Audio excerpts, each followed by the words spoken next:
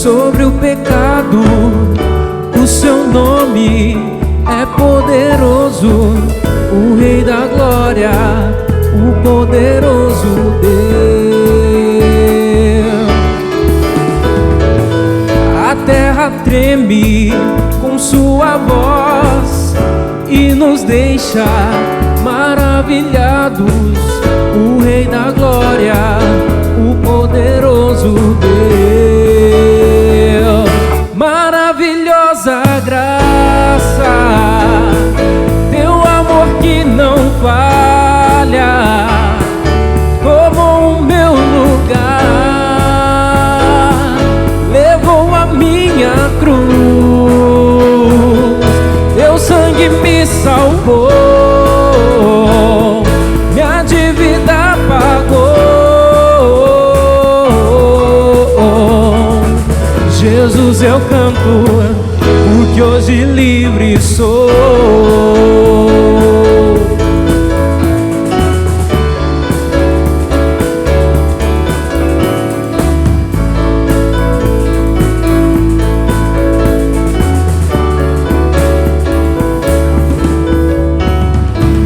És quem traz paz ao caos dos homens, és escudo aos indefesos, o Rei da Glória, o poderoso Deus.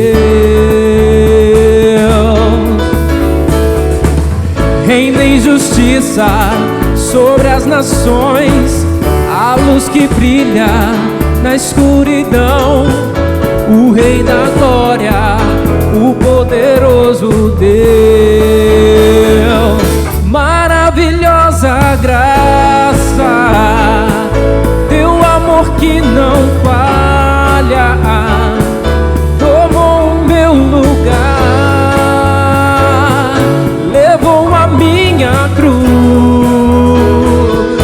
teu sangue me salvou, minha dívida pagou. Jesus, eu canto, porque hoje livre sou. Digno é o Cordeiro de Deus, digno é o Cordeiro que a morte venceu, digno é o Cordeiro de Deus, digno é o Cordeiro que a morte venceu, digno é o Cordeiro de Deus, digno é o Cordeiro que a morte venceu, digno é o Cordeiro de Deus, digno é o Cordeiro que a morte venceu, Cordeiro de Deus, Cordeiro que a morte venceu, digno é o Cordeiro de Deus, digno é o Cordeiro que a morte venceu, digno é o Cordeiro de Deus, digno é o Cordeiro que a morte venceu, digno é o Cordeiro de Deus.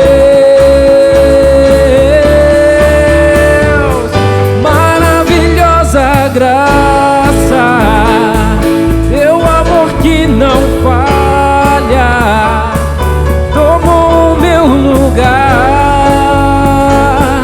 levou a minha cruz, teu sangue me salvou, minha dívida pagou. Jesus, eu canto, porque hoje livre sou.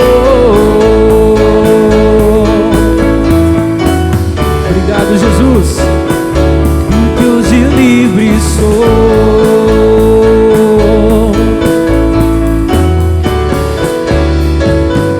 porque hoje livre sou.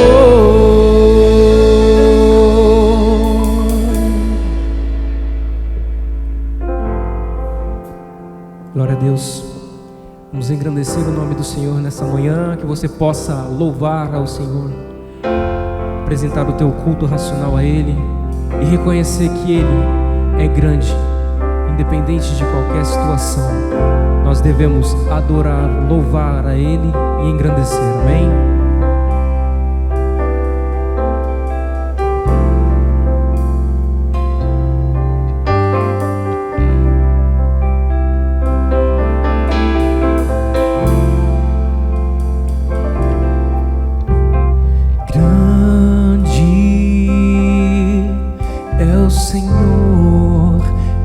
Digno de louvor,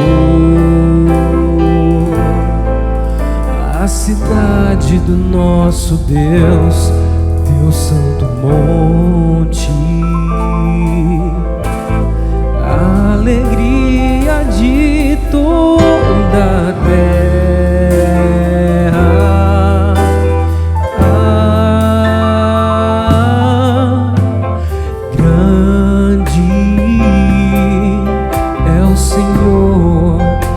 nós temos a vitória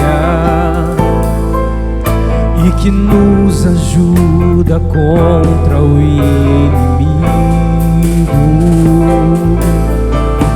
Por isso diante dele nos prostramos,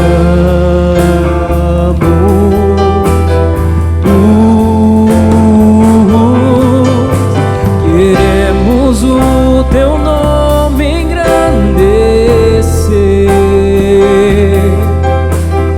e agradecer-te por tua obra em nossas vidas. Confiamos em teu infinito amor, pois só tu és o Deus eterno sobre toda a terra e céu.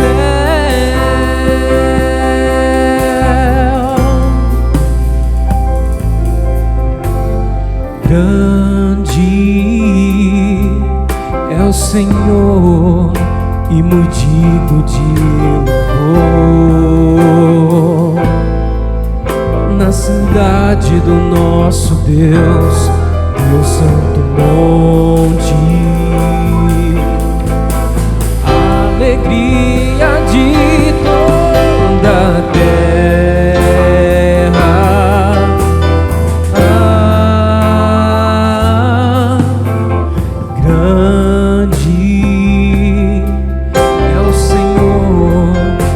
Nós temos a vitória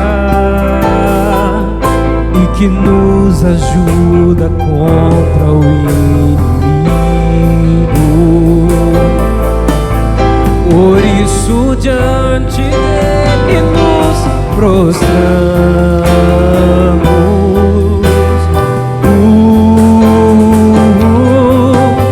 queremos o teu nome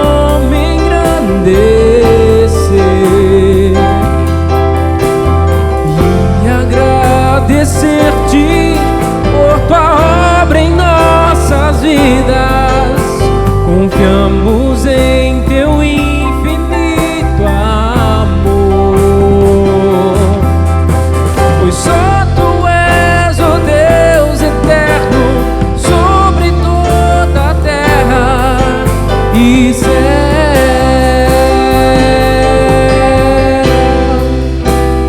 Declare isso.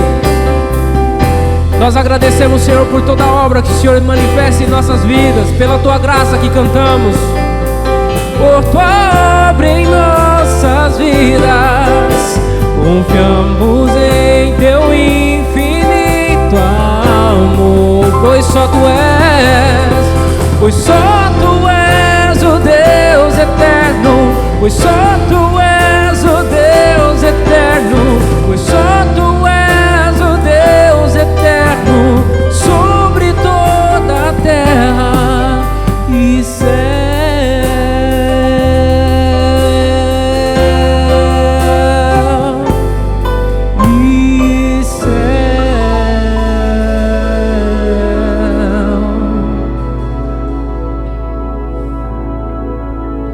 Glória a Deus.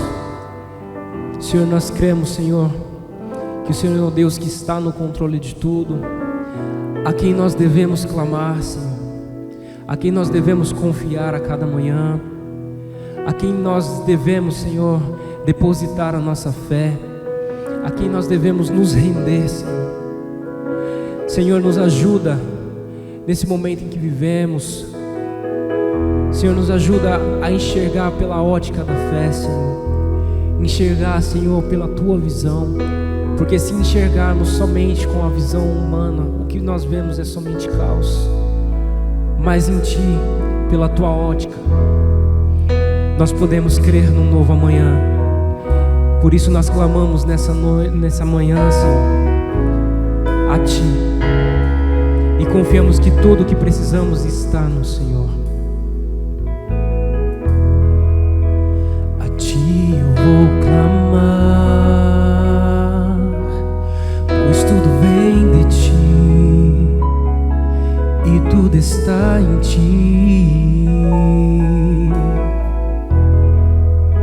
Por Ti vou caminhar, Tu és a direção, o sol a me guiar. Tudo pode passar, Teu amor jamais me deixará. Sempre há de existir um novo amanhã preparado pra mim.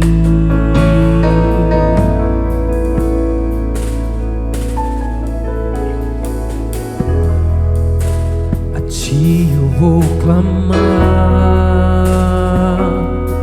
pois tudo vem de Ti e tudo está em Ti.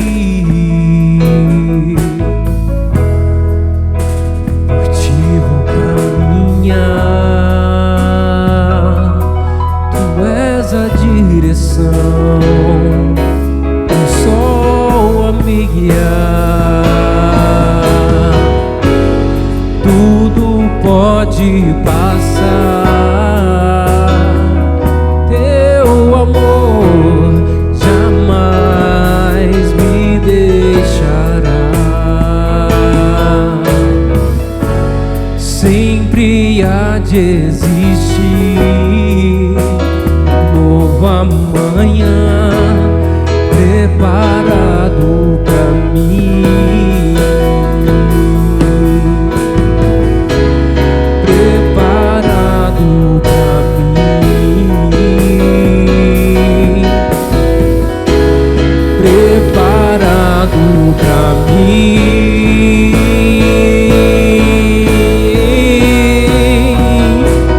Eu me rendo aos Teus pés, és tudo que eu preciso pra viver. Eu me lanço aos Teus braços, onde encontro meu refúgio. Eu me rendo aos Teus pés, és tudo que eu preciso pra viver. Eu me lanço aos Teus braços, onde encontro meu refúgio, Jesus.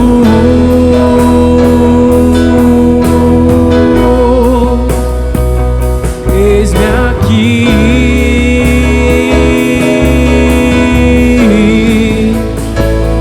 Jesus.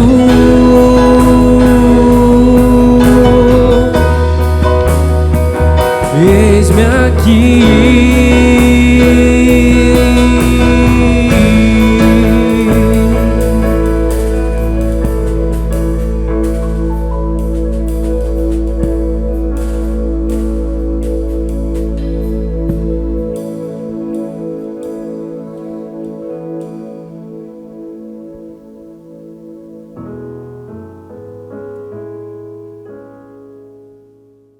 Abra sua Bíblia em Daniel, capítulo 10. Hoje é o nosso último dia no livro de Daniel, ok? Por 10 domingos estivemos aí firmes e fortes nesse livro, né, tão importante para nós cristãos. E espero que tenha sido uma saga aí para você, muito importante. E também que você carregue os ensinamentos, o conhecimento, né, guarde na sua memória. Logicamente que nós sabemos que nós temos sempre um processo. Nossa vida é assim em tudo, tá? A gente tem um processo de informação, nós somos informados para que nós sejamos formados, e ao processo que nós vamos sendo formados em algo novo, nós vamos sendo também transformados por causa da informação e por causa da formação. Isso é em tudo, né? Ao longo da vida nós vamos aprendendo muitas coisas por osmose, ou seja, naturalmente vai aprendendo porque aprendeu, não teve um ensino estruturado. Mas quando a gente, por exemplo, passa por uma faculdade, passa por um curso, ou mesmo por uma experiência num trabalho, a gente vai recebendo diversas informações que vão nos formando e que automaticamente vão transformando, né? Como quando você pega um copo, não sei se você já teve algum episódio na sua vida de lavar algo somente com água. Às vezes o copo não está tão sujo que você fala assim, eu já tomei um negocinho aqui, você vai lavar com a água. Aí você vai enchendo aquele copo. E à medida que ele vai esvaziando e vai enchendo ao mesmo tempo, ele vai sendo limpo. A nossa vida espiritual muitas vezes acontece da mesma maneira. A gente até tinha uma dinâmica quando criança, né, em EBFs e EBDs, com criança, que mostra isso. O fato da gente limpar algo, colocando algo limpo, e esse algo limpo que entra vai tirando o sujo. Então, quando nós lemos a palavra de Deus, o sentido não é simplesmente, logicamente que primeiramente espiritual, mas como se dá a transformação espiritual? Paulo deixa isso, tudo que eu falei, muito sintetizado no versículo de Romanos 12:1, não é? Que ele diz o seguinte, olha, Romanos 12:2, transformai-vos pela renovação da vossa mente, ou seja, você recebe novas informações, novos conhecimentos, e a partir disso, então, você vai sendo transformado. A Jana leu um texto aqui hoje que fala de um período que talvez você nunca tivesse assimilado, mas de um período que é simultâneo ao de Daniel ali, né? E nós vamos justamente ler um ano depois do que a Jana leu, para dizer o seguinte: a Bíblia é um livro da onde não se... a gente tinha antigamente, era mais comum você ter caixinha de promessa. Todo mundo sabe o que é caixinha de promessa? É uma caixinha assim que tem vários papeizinhos. Aí você tem uns versículos, só versículo bom, assim, só versículo bacana, que fala assim, hoje, né, Deus, se Deus é por nós, quem será contra nós? Sabe esses versículos que às vezes as pessoas usam fora do contexto? É muito por conta dessas caixinhas de promessa, né? Não estou indo contra os versículos bons, mas é que eles têm um contexto. Então, para dizer o seguinte, a gente vai tendo essas informações soltas, mas a Bíblia ela precisa ser entendida também no seu todo, né? E aí até fica como indicação para quem gosta, para quem quiser saber mais e de uma maneira até panorâmica da Bíblia, tem um livro muito legal chamado O Drama das Escrituras, que para quem nunca leu a Bíblia inteira, ele conta a história da Bíblia toda, né? E deixando bem claro quem é o personagem principal. Mas esse livro é bem legal que ele mostra a saga da Bíblia toda e explica, né, que a Bíblia, apesar de ter diversos textos independentes, né, livros independentes, ela trata de um todo. E aí ele faz essa, vamos dizer assim, né, essa linha cronológica, ele explica isso muito bem. Vamos lá. Daniel capítulo 10, hoje é o último dia, porque aí você diz, mas ele vai até o 12. E de fato, o capítulo 10, o 11 e o 12 se tratam de uma única visão. É uma que a gente vai chamar na Bíblia de uma perícope, é um assunto só. Nós não vamos trabalhar muito o capítulo 11, mas eu quero ler com você um trecho do versículo 10, do capítulo 10, e depois nós vamos ler um trecho do capítulo 12, tá bom? Então, vamos lá. Nós vamos ler primeiramente o capítulo 10, do versículo 1 ao 14, ok? Que diz assim: no 3º ano de Círio, rei da Pérsia, Daniel, chamado Beltesazar, recebeu uma revelação. A mensagem era verdadeira e falava de uma grande guerra. Na visão que teve, ele entendeu a mensagem. Naquela ocasião, eu, Daniel, passei 3 semanas chorando. Não comi nada saboroso, carne e vinho, nem provei e não usei nenhuma essência aromática, até se passarem as 3 semanas. No 24º dia do 1º mês, estava eu em pé junto à margem de um grande rio, o Tigre. Olhei para cima e diante de mim estava um homem, vestido de linho, com um cinto de ouro puríssimo na cintura. Seu corpo era como berilo, o rosto como relâmpago, os olhos como tochas acesas, os braços e pernas como o reflexo do bronze polido, e a sua voz era como o som de uma multidão.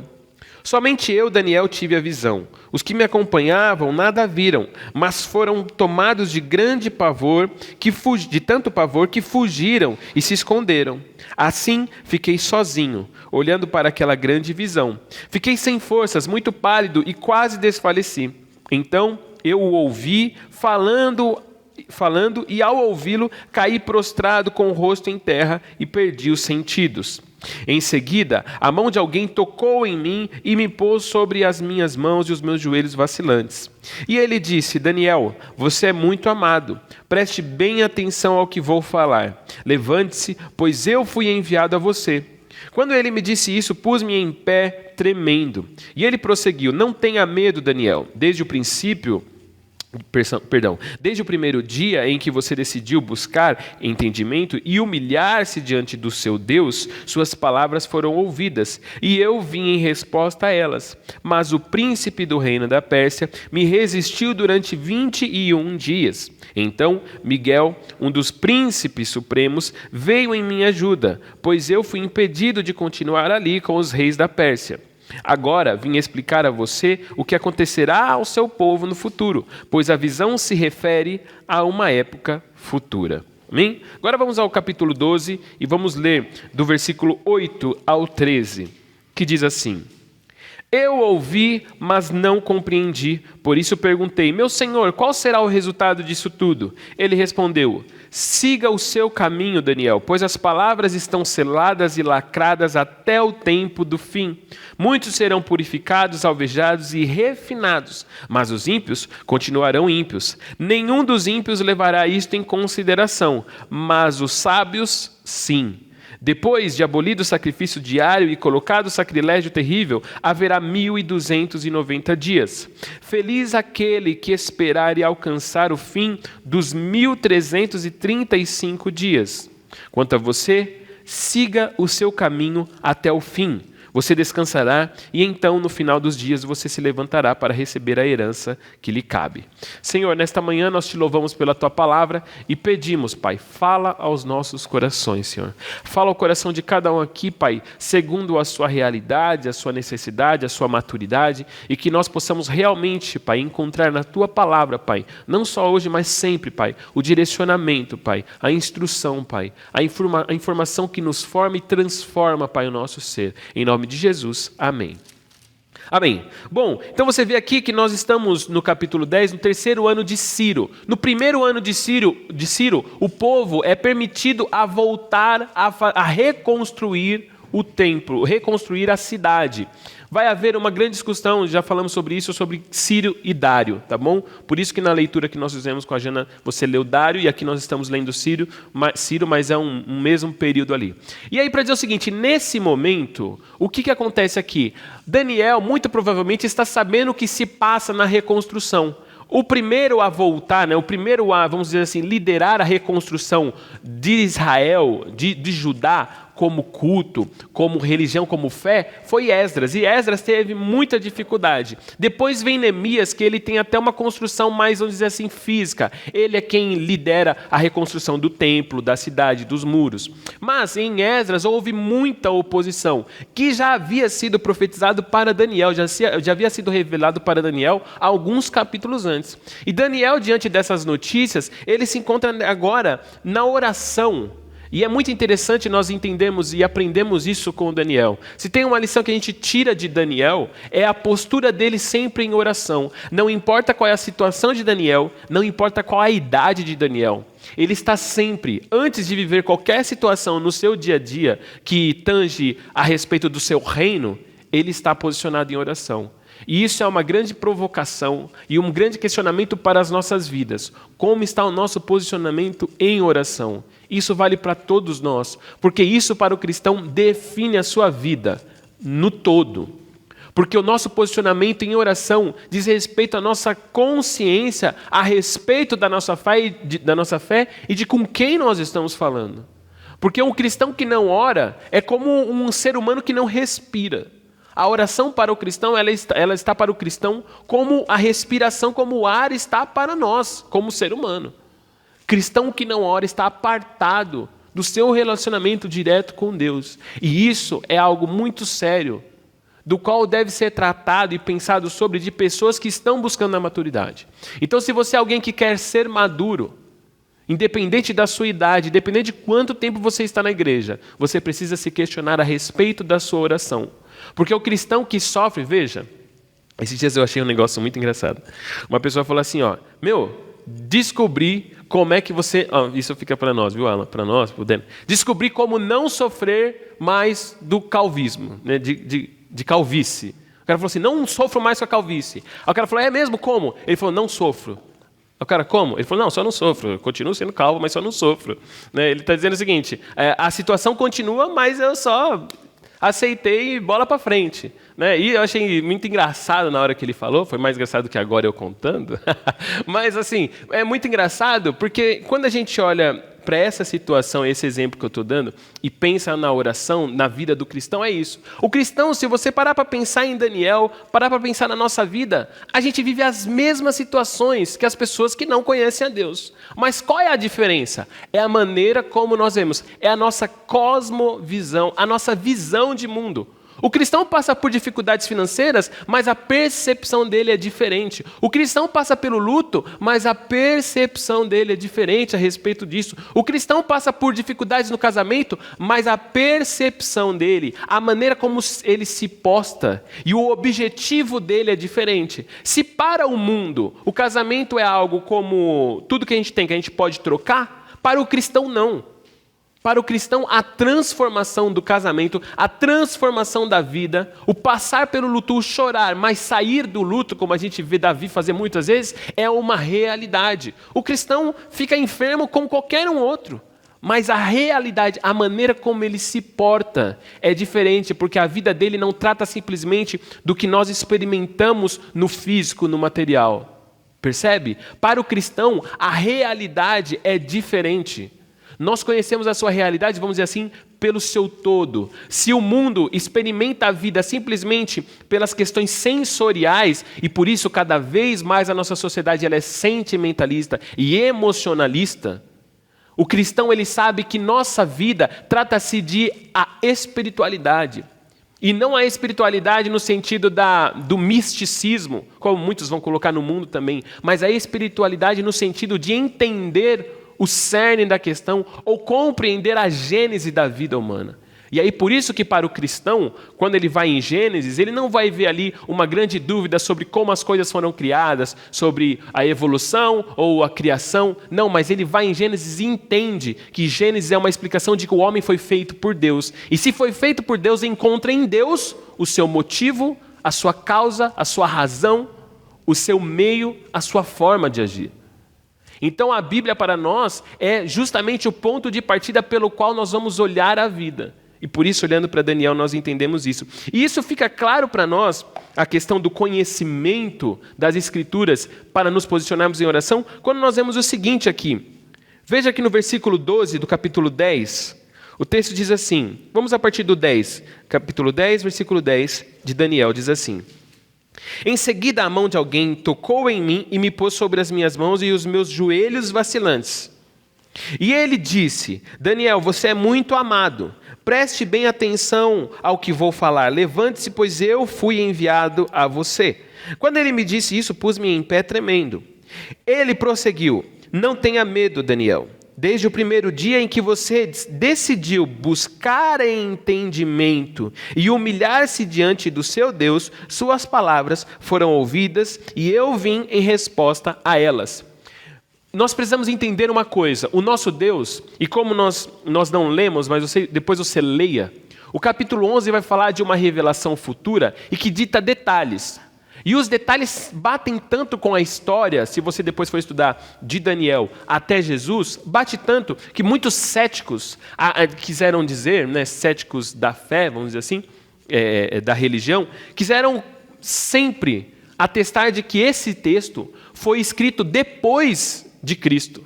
Porque bate tanto as datas e os fatos que muitos dizem assim, não é possível que algo tenha sido revelado de maneira tão detalhada. Para dizer o quê? Quando o Senhor revela a história futura para Daniel, isso nos mostra que Deus está no controle de tudo. E eu e você precisamos ter isso claro. Deus está no controle de tudo. Eu sei que eu não costumo fazer isso, mas eu quero que você repita comigo. Deus está no controle de tudo. Diga isso. Deus está no controle. Isso é algo que tem que estar na nossa cabeça cravado. Deus está no controle de tudo. Mas olha que impressionante, ao mesmo tempo que Ele está no controle de tudo, Ele tem um relacionamento pessoal comigo e com você. Um relacionamento tete a tete. Porque nós estamos vendo aqui Daniel, diante do Senhor, diante do homem, e percebendo que ele está sendo respondido na sua oração. E veja, a oração de Daniel não era pedindo nada para ele. O grande ponto de Daniel era o reino de Deus. Naquilo que, logicamente, dizia respeito no seu tempo, que era Israel, o templo de Jerusalém, o seu povo, como nós falamos na semana passada. A cidade, o povo e o culto, o sacrifício. Para dizer que Daniel estava preocupado com aquilo que realmente interessava. Não quero dizer que você deve deixar de lado a sua vida, o seu trabalho, as suas coisas. Não. Como nós vamos ver lá depois e vamos comentar sobre, Deus diz o que para Daniel? Siga a sua vida, siga o seu caminho. A palavra para Daniel é, segue a sua vida, apesar de tudo que você está vendo, apesar do todo que Deus está cuidando, siga o seu caminho, cuide da sua vida, da melhor maneira possível. Por quê? Porque o que há de acontecer, acontecerá. Mas voltando, veja que Daniel, ele está ouvindo pelas revelações que Deus está no controle de tudo. Mas ao mesmo tempo que Deus está no controle de tudo, Ele se preocupa pessoalmente comigo e com você. Não é à toa que o Deus que está sobre tudo e sobre todos decidiu habitar em mim e em você através do Espírito. Como diz aquela canção, né? E apesar desta glória que tem, tu te importas comigo também. E esse amor tão grande, para dizer o seguinte, apesar da grandeza, Ele decidiu habitar em mim e em você. E aí, como já foi dito aqui hoje, o que você tem feito com a sua vida? Com a sua vida. Qual é a prioridade da minha e da sua vida? O que é que está em primeiro lugar? A nossa compreensão e transformação espiritual para que isso transborde para as outras áreas da nossa vida? Ou nós só estamos preocupados com o que é visível e tangível? E aí, veja... Aliás, só abrindo parênteses, quem já ouviu a expressão o jejum de Daniel? Né? Aí tem igrejas que fazem o jejum de Daniel, 21 dias de jejum e oração e tal. É daqui que se tira, desse texto. Né? Porque aqui o texto diz que ele ficou 3 semanas, 21 dias ali, sem se alimentar em jejum, e no final veio uma resposta. Então muitas pessoas vão assumir esse posicionamento, e é importante que nós entendamos que a resposta do Senhor... ela foi dada no primeiro dia para dizer que a resposta não acontece por causa dos 21 dias, mas os 21 dias fala da perseverança de Daniel e do posicionamento de Daniel, mais do que a oração de Daniel como causa da resposta. Mas olha que interessante, no versículo 12 diz assim, não tenha medo, Daniel, desde o primeiro dia em que você decidiu buscar entendimento e humilhar-se diante de Deus. Duas coisas que muito pouco se fala nos nossos dias a respeito da nossa fé. Buscar entendimento se fala bastante. Buscar entendimento e humilhar-se diante de Deus. Uma coisa puxa a outra. Por quê? Porque aquele que conhece as Escrituras, aquele que conhece do que nós estamos falando, não tem outro caminho, em primeiro lugar, do que não se humilhar. E isso fala muito aos nossos corações e deveria falar aos nossos corações. Como nós temos nos portado, como tem sido a nossa vida, de fato. Porque, olha, eu vou dizer uma coisa, meus irmãos. Isso você pode experimentar na sua vida, a gente pode experimentar na sua vida. Não tem nada mais, não tem pregação mais poderosa do que uma pessoa que se humilha diante do Senhor. Não tem pregação mais poderosa para aqueles que estão à nossa volta, Olha, você pode conhecer tudo da Bíblia, a pessoa pode pregar bem, pode falar bem, não que não deva fazer nada disso. Mas alguém que se humilha diante do Senhor, você percebe.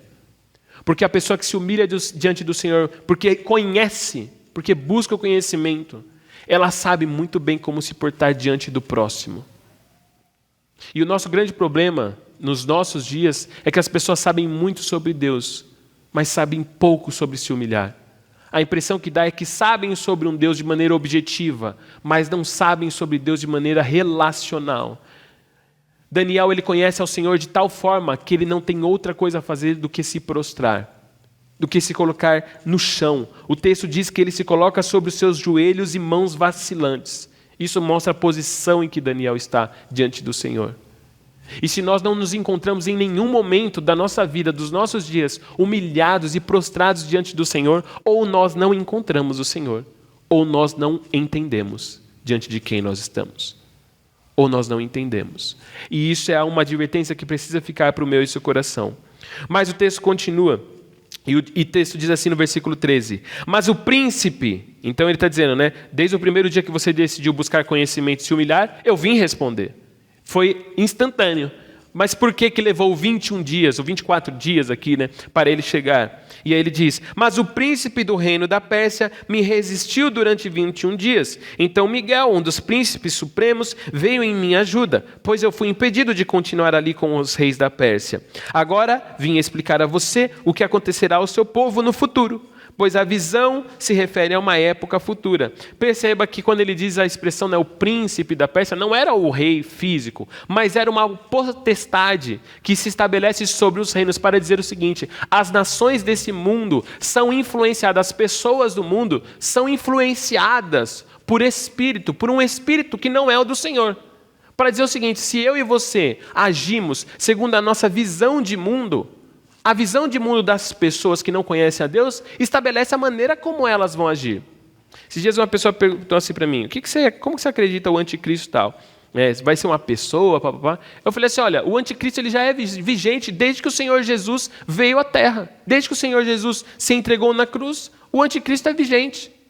Porque isso se trata de um espírito. Você acha que é à toa tudo que nós estamos vendo de transformação do mundo?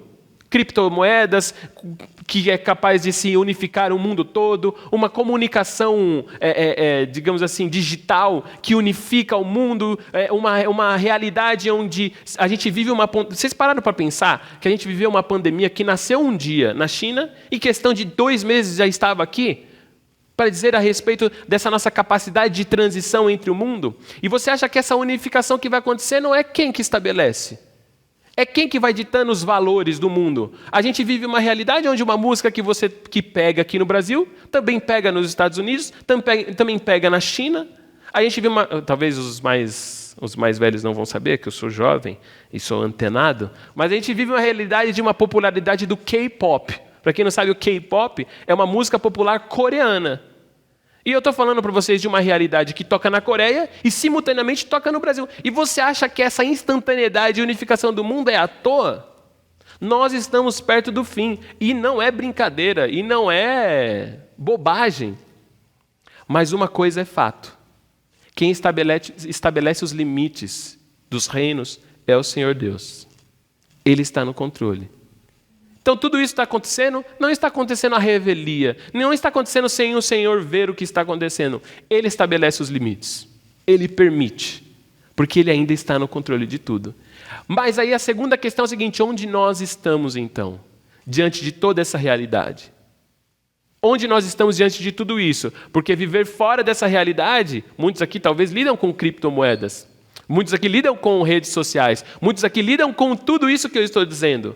Mas a questão é qual é o nosso posicionamento individual, pessoal. O mundo está em vias de. E qual é o seu posicionamento? Qual é a sua fé? Qual é a sua garantia no coração? Daniel, ele ouve isso e o texto diz que, olha, eu vou falar sobre coisas futuras. E aí, daqui e no capítulo 11, você vai ter uma definição muito uma revelação muito clara e muito detalhada a respeito do futuro de Daniel próximo e também do nosso futuro. Fala também a respeito do fim dos tempos, ok? Mas aí quando a gente pula lá para onde a gente leu, capítulo 12, no versículo 8, diz assim: Daniel ouviu tudo que foi dito, Daniel ouviu a revelação e tudo. E aí diz assim no versículo 8: eu ouvi, mas não compreendi. Perceba que Daniel ouve toda a revelação, mas não entende muito bem aquilo. E ele questiona. Por isso perguntei: meu senhor, qual será o resultado disso tudo? Querendo entender o todo que ele estava ouvindo. Mas perceba que Daniel tem uma função ao receber essa revelação. Se você voltar um pouquinho, olha o versículo 4 do capítulo 12, diz assim, a respeito de toda a revelação. Mas você, Daniel, feche com um selo as palavras do livro até o tempo do fim. Muitos irão por todo lado em busca de maior conhecimento. Quando ele diz feche com um selo, pensa o seguinte: quando você escreve uma carta e põe um selo, aquilo é uma garantia de que vai chegar ao destinatário. Ok? Isso não significa que deveria ser fechado como algo que não pode ser aberto, né? Que às vezes a gente vê alguns filmes. Não, o texto está dizendo o seguinte: feche isso tudo que lhe foi dito para o tempo em que isso vai ser necessário, para as pessoas que vão precisar saber disso. Porque o papel de Daniel era receber a revelação e funcionar de canal. Para quem é o texto? Para mim e para você, justamente, que estamos lendo.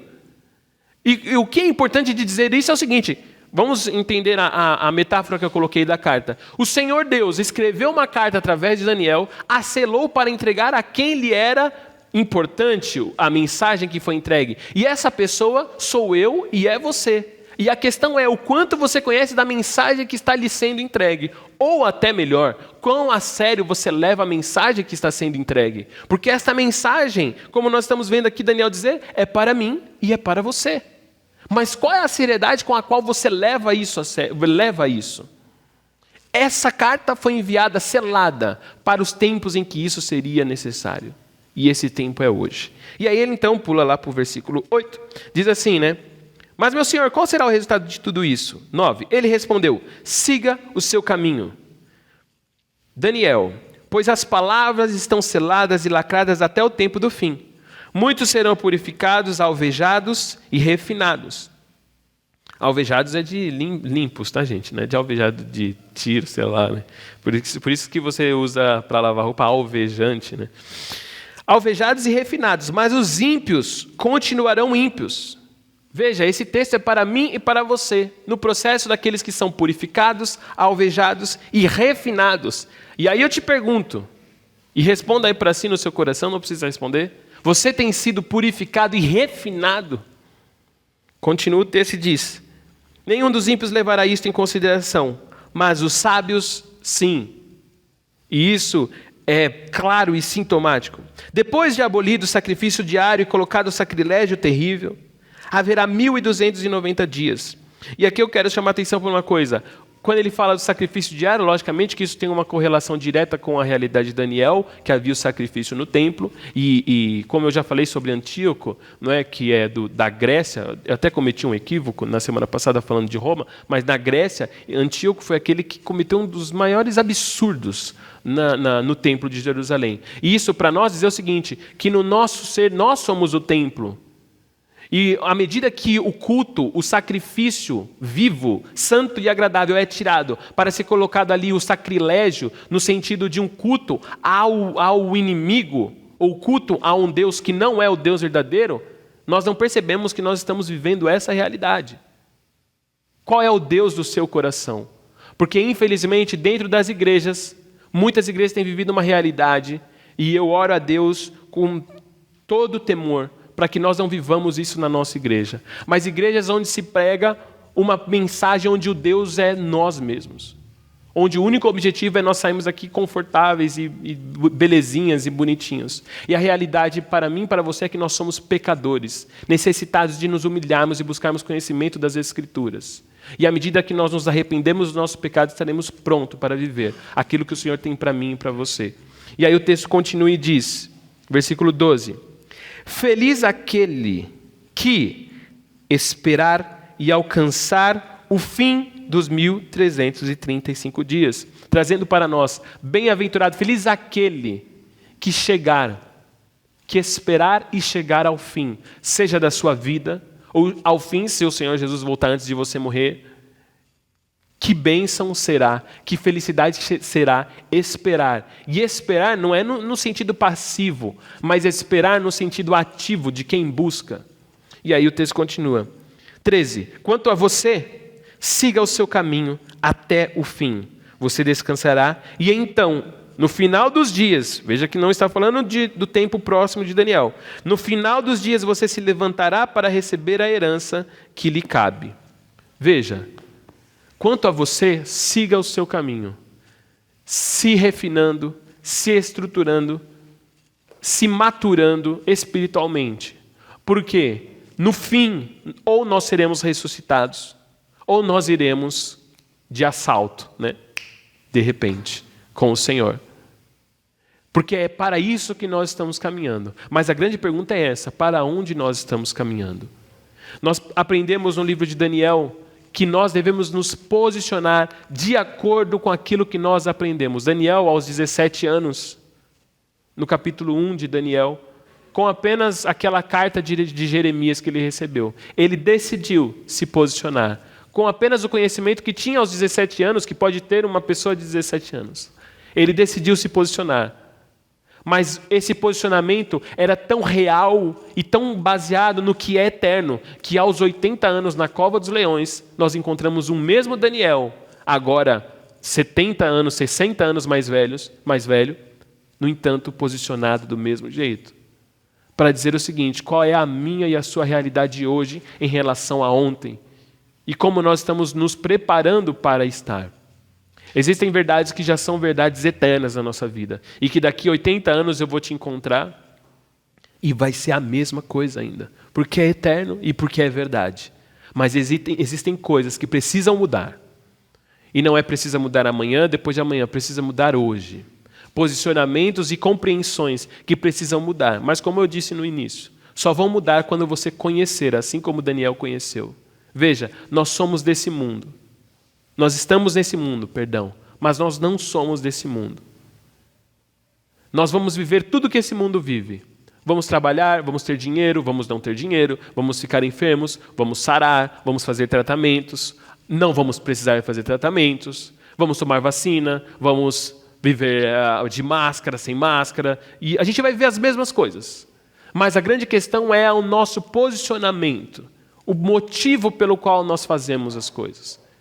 Porque, como vai dizer no Novo Testamento, dele, por ele, para ele são todas as coisas. Isso mostra que daqui nós tiramos a causa, o motivo, a razão, nós tiramos o meio, a forma e nós tiramos o objetivo da nossa vida. Para que você está casado? Por que você está casado? Como você está casado? Para que você tem filho? Como você tem filho? Como é a educação? Como é o relacionamento? Por que você trabalha? Como você trabalha? Perceba que são coisas que são antes do pecado. E é daqui, do Criador, daquele que estabeleceu tudo que nós tiramos, as respostas para a maneira como nós nos posicionamos. Mas a questão é onde você tem buscado suas respostas. Veja, o cristão ele fica enfermo e logicamente que ele faz os seus exames, logicamente que ele faz os seus tratamentos. Mas não é os exames que estabelecem o que ele vive, e não é o tratamento que define a sua cura. Por mais que ele faça tudo isso, é o Senhor quem o cura, é o Senhor quem o estabelece, porque ele é do Senhor. O cristão, ele trabalha, ele vai, acorda de manhã, chega à tarde, ele cuida do seu dinheiro, ele administra, ele investe, ele desinveste, mas ele sabe que quem o enriquece ou o empobrece não é o mundo, não é o dinheiro, é o Senhor. É o Senhor quem define o que ele tem e o que ele não tem. Seja de maneira ativa ou de maneira passiva, pessoalmente falando. O cristão ele tem um casamento como todo mundo tem, mas o cristão passa pelas lutas, pelas dificuldades, pelas dúvidas. Ainda há pouco os meninos estavam conversando ali sobre casamento. Todo casal passa pelas mesmas coisas, mas o cristão ele parte de outro princípio, ele tem outra base, ele se posiciona de outra forma. O cristão passa por... Nós vamos ter cristãos que vão ter desejos homossexuais como muitos aqueles que não conhecem o Senhor têm. Mas ele se posiciona de outra forma. E ele sabe que a sua prática é que define o que o seu coração sente. Por isso que para os cristãos que têm desejos pecaminosos, assim como eu e você temos em outras áreas, nós nos posicionamos diferente. Para dizer o seguinte, o cristão que tem pecados no seu coração, sentimentos, desejos humanos, desejos pecaminosos, por exemplo, ele não vai levantar uma bandeira em orgulho a um pecado. Porque aí são 2 pecados. Mas o cristão, e eu conheço cristãos que têm desejos homossexuais, mas não corrobora com os seus desejos, ou seja, não põe para jogo os seus desejos. Cristãos que têm desejos de vício, sejam eles quais forem. A gente conversava com um amigo também antes de ontem, eles estavam falando que na igreja dele teve uns estudos lá sobre bebida, sobre tatuagem, eu não lembro agora muito bem. Aí estava falando sobre bebida. Tem cristão que bebe e está tudo certo, mas o cristão, qual a diferença do cristão para o não cristão na bebida? O motivo pelo qual ele o faz. O motivo pelo qual ele o faz. Para dizer o seguinte, da onde parte o seu princípio e aonde chega as suas ações? Elas brotam daqui, do conhecimento e da humilhação diante do Senhor. Pegue tudo que você faz, pegue o seu trabalho, a sua família, pegue o seu dinheiro, pegue tudo que você tem na sua vida. Se prostre diante do Senhor, se humilhe diante dele, coloque diante dele e abre para questionar, para falar, Senhor, como está cada coisa aqui? Com o coração aberto. E ele vai dizer para você.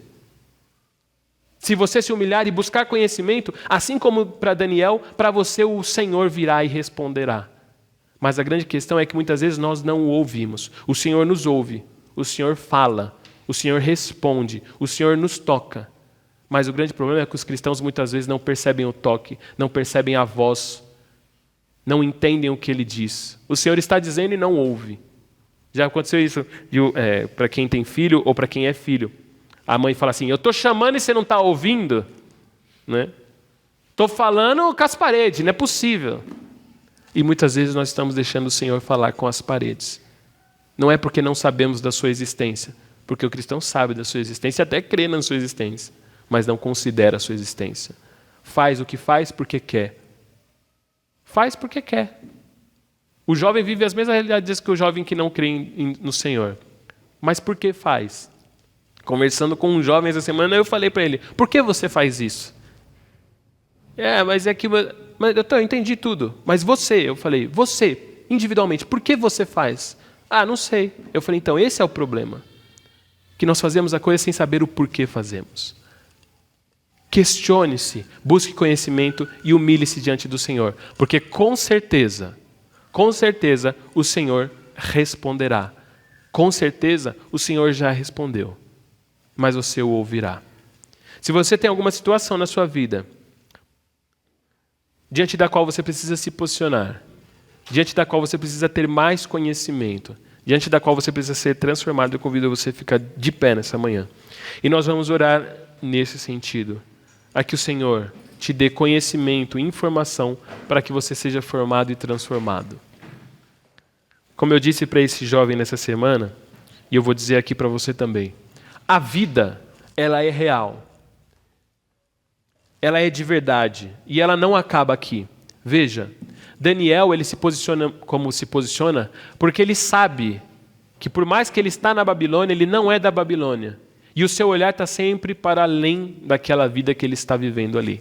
Eu e você, nós somos cristãos, nós que somos cristãos, nós cremos que a nossa vida não diz respeito a aqui, mas diz respeito a depois. E por isso nós vivemos bem agora. Por isso nós sabemos o real valor desse mundo, ou seja, nós não damos mais valor para as coisas daqui e nem menos. Então nós colocamos as coisas da vida, da terra, dessa vida terráquea, no seu devido lugar. Por isso o cristão, na falta, na escassez, ele não se desespera, porque ele sabe que não se trata daqui, riqueza ou pobreza. Se o cristão tem muito, ele também não põe todo o valor no que tem, porque ele sabe que riqueza não diz respeito às coisas daqui. Ele sabe que a riqueza está para além daqui. Para dizer o seguinte, nós estamos nesse mundo, mas desse mundo não somos. E porque desse mundo não somos, sabemos o real valor de tudo. Sabemos que o valor dos filhos não está em dar orgulho para os pais, mas para estarem diante do Senhor. Sabemos que a esposa não é alguém do qual eu tenho que ter os meus benefícios e me fazer feliz, mas alguém que o Senhor me colocou diante para servir. Sabemos que o trabalho não é o lugar onde eu me enriqueço, mas é onde eu encontro o sentido da minha caminhada, o sentido produtivo da vida, ganho o meu sustento e da onde eu tiro a oportunidade de poder abençoar as pessoas. Nós compreendemos de fato o lugar das coisas dessa terra, porque não somos daqui, somos de um outro lugar. Senhor, nessa manhã eu quero te pedir, Pai, primeiramente perdão por todas as vezes que nós não nos posicionamos de acordo, Pai, com aquilo que nós dizemos que conhecemos. Conhecemos a Tua Palavra, conhecemos a Bíblia, Pai.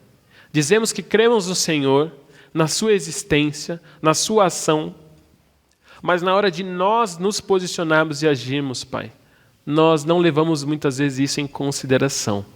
Por isso, juntamente com os meus irmãos, Pai, queremos confessar aqui, Pai, os momentos em que tomamos atitudes, fizemos escolhas sem considerar o Senhor. Trabalhamos, nos casamos, criamos nossos filhos, desenvolvemos nossas empresas sem sequer questionar ao Senhor, sem sequer nos humilharmos muitas vezes para sabermos, Pai, o que deve ser feito. Buscamos conhecimento em tudo, buscamos conhecimento de tudo à nossa volta, mas não buscamos o conhecimento de fato daquele que criou e controla todas as coisas.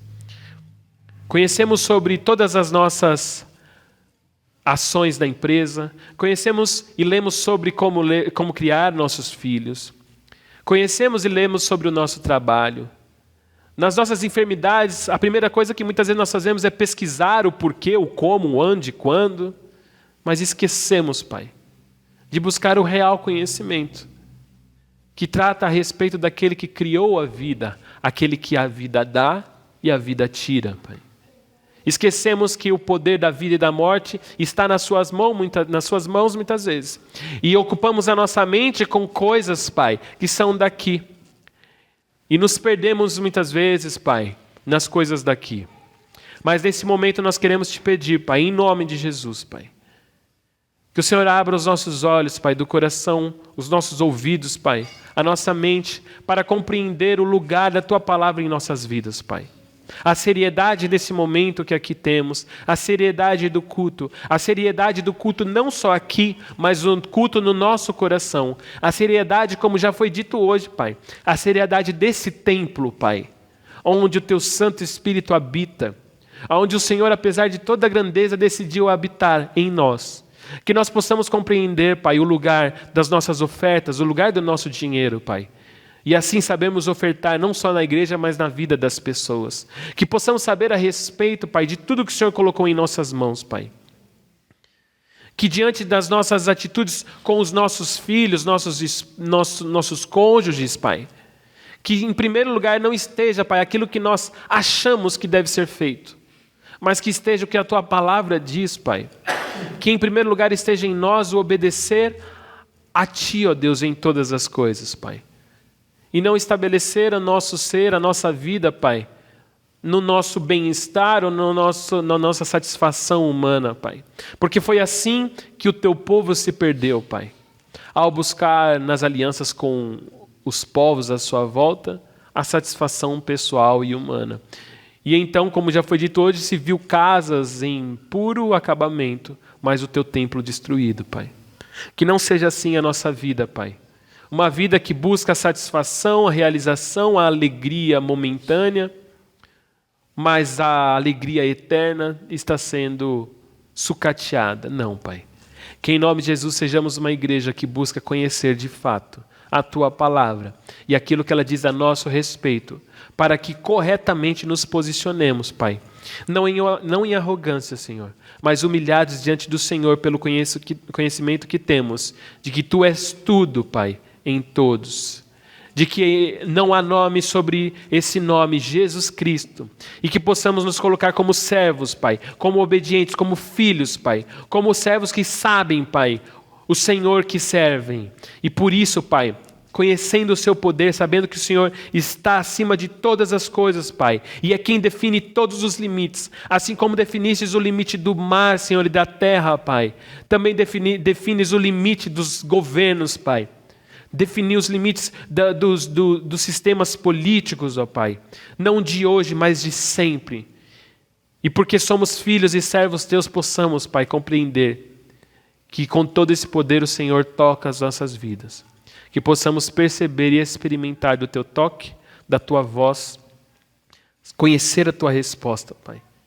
E que as pessoas lá fora possam olhar, Pai, para nós e ver pessoas que se humilham diante do Senhor, pessoas que se prostram diante do Senhor. Que a nossa fé, Pai, que a nossa fé demonstre, Pai, corações humildes, Pai, e não arrogantes e prepotentes, Pai. Que em nome de Jesus o Senhor seja o Senhor da nossa vida em tudo, Pai, em tudo. Que assim como nós oramos, Pai, Pai nosso que estás no céu, santificado seja o teu nome, venha a nós o teu reino, que isso seja uma verdade em nossas vidas, Pai. Que venha a nós o teu reino, Pai. E como nós não somos aqui, Pai, que possamos saber o real lugar, Pai, e o real valor das coisas daqui, Pai. Em nome de Jesus, Pai. Em nome de Jesus, Deus. Amém, Pai.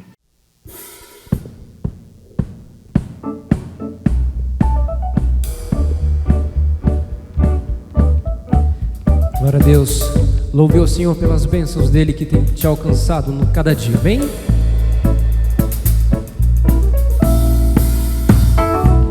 Eu te bendirei quando as tuas bênçãos eu provar, quando o teu rio me saciar, eu te bendirei.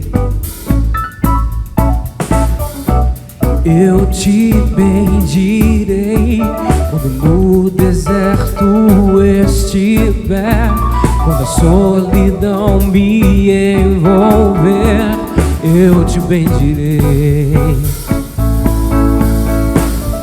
Pelas bênçãos recebidas te dou louvor, quando as trevas me cercarem, cantar eu vou.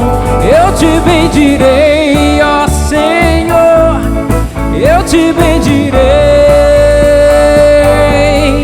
Eu te bendirei, ó Senhor, teu glorioso nome bendirei. Eu te bendirei quando a luz do sol brilhar em mim, quando tudo certo estiver, eu te bendirei. Eu te bendirei no caminho de aflição, se a dor roubar meu coração, eu te bendirei. Pelas bênçãos recebidas te dou louvor, quando as trevas me cercarem,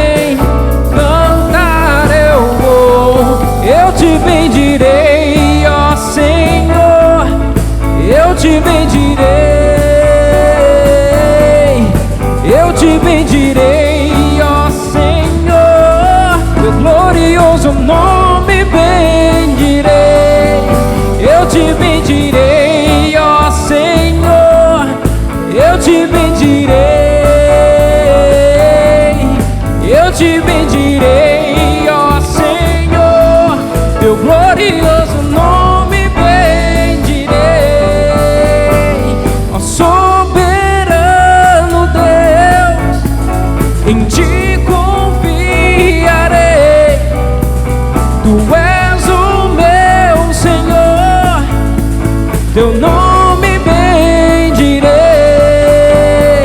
Ó soberano Deus, em ti confiarei.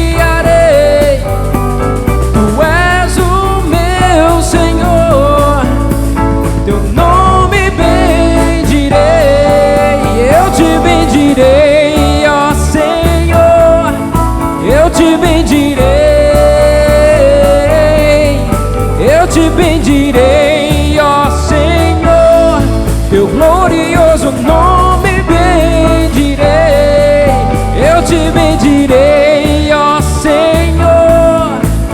te bendirei, eu te bendirei.